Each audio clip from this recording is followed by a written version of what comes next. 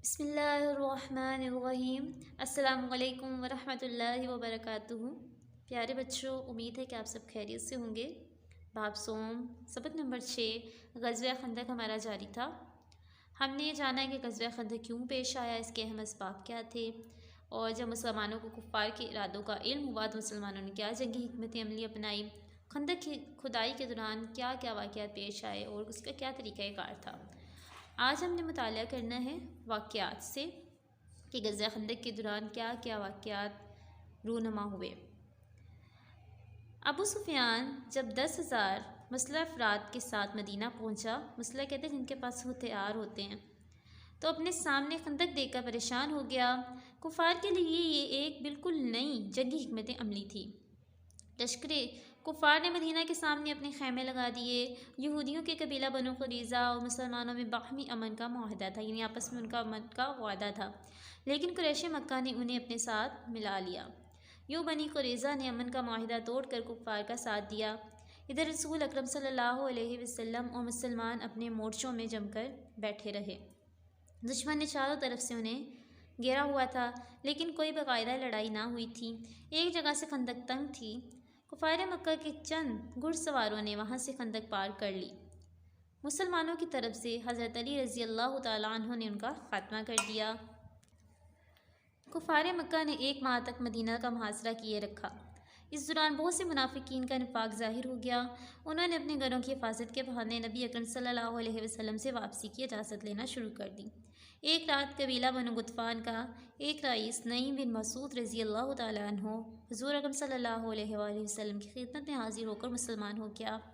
ان کے قبیلے کو ان کے مسلمان ہونے کا علم نہ تھا، اس لیے وہ باری باری یہود اور قریش کے پاس گئے اور دونوں میں غلط فہمی پیدا کر کے ان کے دلوں میں ایک دوسرے کے خلاف نفرت ڈال دی، جس سے ان کا اتحاد ختم ہو گیا۔ تو پیارے بچوں، اس سے ہمیں معلوم ہوا ابو سفیان جب 10,000 کا لشکر لے کر آیا اور اس نے خندقیں دیکھی تو وہ حیران ہو گیا، کیونکہ یہ بالکل ایک نئی جنگی حکمت عملی تھی۔ حکمت کہتے ہیں عقل مندی کو، ایک جنگ میں ایک یہ نئی تدبیر تھی جو کفار نے پہلے نہیں دیکھی تھی، اس وجہ سے وہ پریشان ہو گئے۔ مدینہ کے چاروں جانب سے کفار نے مدینہ کو گھیرا ہوا تھا۔ صرف ایک جانب سے خندق تھوڑی سی تنگ تھی، جہاں سے کفار کے گھڑ سوار خندق پار کر کے داخل ہو گئے، لیکن حضرت علی رضی اللہ عنہ نے ان کو بھی ختم کر دیا۔ اس غزوہ کے دوران بہت سے منافقین کا نفاق ظاہر ہو گیا۔ منافق اس کو کہتے ہیں جس کے دل میں کچھ اور بظاہر کچھ اور کرتا ہو۔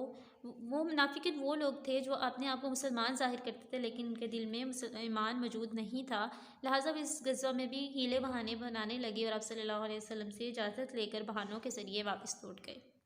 حضرت نعیم بن مسعود رضی اللہ تعالیٰ عنہ جو مسلمان ہو چکے تھے، انہوں نے یہود اور قریش کے گروہوں کے درمیان تضاد ڈلوا دیا، لڑائی ڈلوا دی، جبکہ قریش اور یہود دونوں گروہ یہ سمجھ رہے تھے کہ حضرت نعیم بن مسعود رضی اللہ عنہ بھی مسلمان نہیں ہوئے، لیکن در حقیقت وہ مسلمان ہو گئے تھے، اس لیے انہوں نے دونوں گروہوں کے درمیان لڑائی ڈلوا کر ان کا اتحاد ختم کر دیا۔ اللہ کی طرف سے غیبی مدد۔ اس غزوے میں اللہ تعالیٰ نے اپنے نبی صلی اللہ علیہ وسلم کی نہ نظر آنے والے لشکروں سے مدد کی۔ ایک رات تیز ہوا کا ایسا طوفان آیا جس سے کفار کی ہنڈیاں الٹ گئیں اور ان کے خیموں کو آگ لگ گئی۔ کفار کے گھوڑے اور اونٹ ڈر کر بھاگے اور انہوں نے اپنے ہی لشکر کو کچلنا شروع کر دیا۔ یوں کفار کے لشکر میں بھگدڑ مچ گئی اور صبح تک میدان خالی ہو گیا۔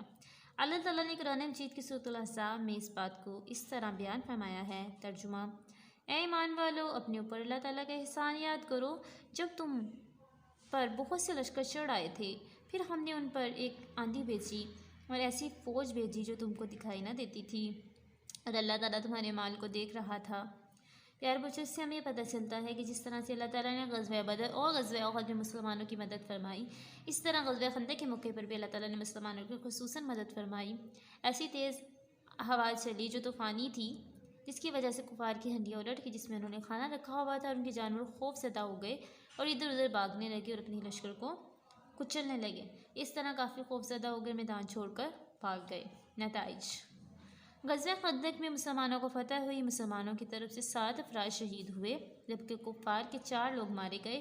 یوں یہ معرکہ بغیر کسی بڑی لڑائی کے ختم ہو گیا اور کفار کو دوبارہ واپس آ کر حملہ کرنے کی جرأت نہ ہوئی۔ مشرکین کے حوصلے پست ہو گئے اور لوگوں کو یقین ہو گیا کہ مسلمانوں کا مقابلہ کرنا آسان نہیں ہے۔ اس سے ہمیں پتہ چلا کہ غزوہ خندق کے موقع پر